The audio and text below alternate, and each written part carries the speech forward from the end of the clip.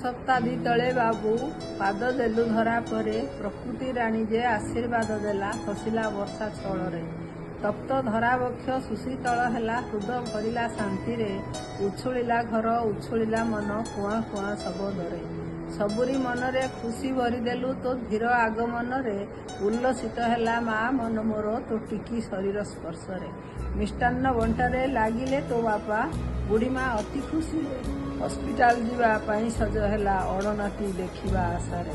ଦିନ ଗଡ଼ିଗଲା, ଶୈଶବ କଟିଲା, ବଡ଼ ହେଲୁ ଧୀରେ ଧୀରେ। ଟିକି ଟିକି ପାଦେ ଠୁକୁ ଠୁକୁ ଶବ୍ଦେ ଚାଲିଲୁ ଏ ଧରା ପରେ।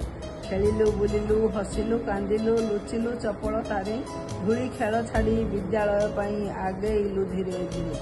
ଦାୟିତ୍ୱ ତୋହର ଯେତିକି ବଢ଼ିଲା ତାଠୁ ଅଧିକ ମୋ ଠାରେ। ପଢ଼ି ପଢ଼ାଇବା ପାଇଁ ମୁଁ ସାହସ ବାନ୍ଧିଲି ମା ଭାବରେ।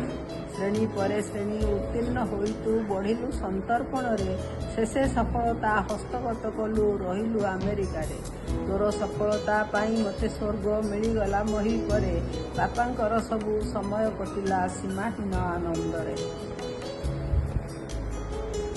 କାଲି ପରି ସବୁ ଲାଗୁଛିରେ ବାବୁ, କିଛି ବି ଭୁଲିନି ଥରେ।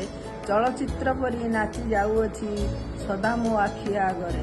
ତୋ ସରଳ ମୁହଁ, ତୋ ନିରୀହ ଆଖି ଆଜି ବି ହୃଦୟ ଉପରେ। ଭାବିଲେ ଆଖିରୁ ଲୋତକ ଝରଇ କୋହ ସମ୍ଭାଳି ନ ପାରେ।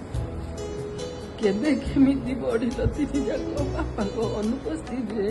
କେବେ କରିନାହିଁ ପାଖରୁ ଅନ୍ତର ସଭା କରିବୁ ମୋ ଠାରେ। ସମୟ ଦେଖ ତ କିପରି ହୋଇଛି, ଏବେ ତୁମେ ସବୁ ବହୁ ଦୂରେ। ଏକାକୀ ସୁଖ ଦୁଃଖକୁ ରୋମନ୍ଥନ କରୁଛି ଥାଇ ମୁଁ ଘରେ। ସମୟ କା ପାଇଁ ବସି ରହେ ନାହିଁ, ଘରୋଇ ଚକ୍ରାକାରରେ ଗଡ଼ି ଯାଉଅଛି, ବିତି ଯାଉଅଛି କାଳଚକ୍ର ସହିତରେ। ଏହା ତ ଅଟୋଇ ସଂସାର ନିୟମ, ଏଠି ଶାଶ୍ୱତ କିଛି ନାହିଁ ରେ। ଏ କାଳଚକ୍ର ଗର୍ଭରେ ସବୁ ଯେ ବିଲୀନ ଦିନେ ହେବେ ନିଶ୍ଚିତରେ। ପରମେଶ୍ୱରଙ୍କ ଠାରେ ମୋ ମିନତି ତୋତେ ରଖିଥାନ୍ତୁ ସୁସ୍ଥରେ। ସୁଖ ସୌଭାଗ୍ୟ ତୋ ଥାଳ ଭରି ଦିଅନ୍ତୁ ରଖି ଚକ୍ର ଆଢୁଆଳେ। ଯେଉଁଠାରେ ଅଛୁ ମହାନନ୍ଦେ ରହ, ଦେଲି ଆଶୀର୍ବାଦ ତୋରେ। କୁସୁମିତ ହେଉ ଚଲାପଥ ତୋର, ଲଭ ଯଶ ଗୌରବ ସଂସାରେ। ଆଜ ଦିନରେ ଯେ ଏହା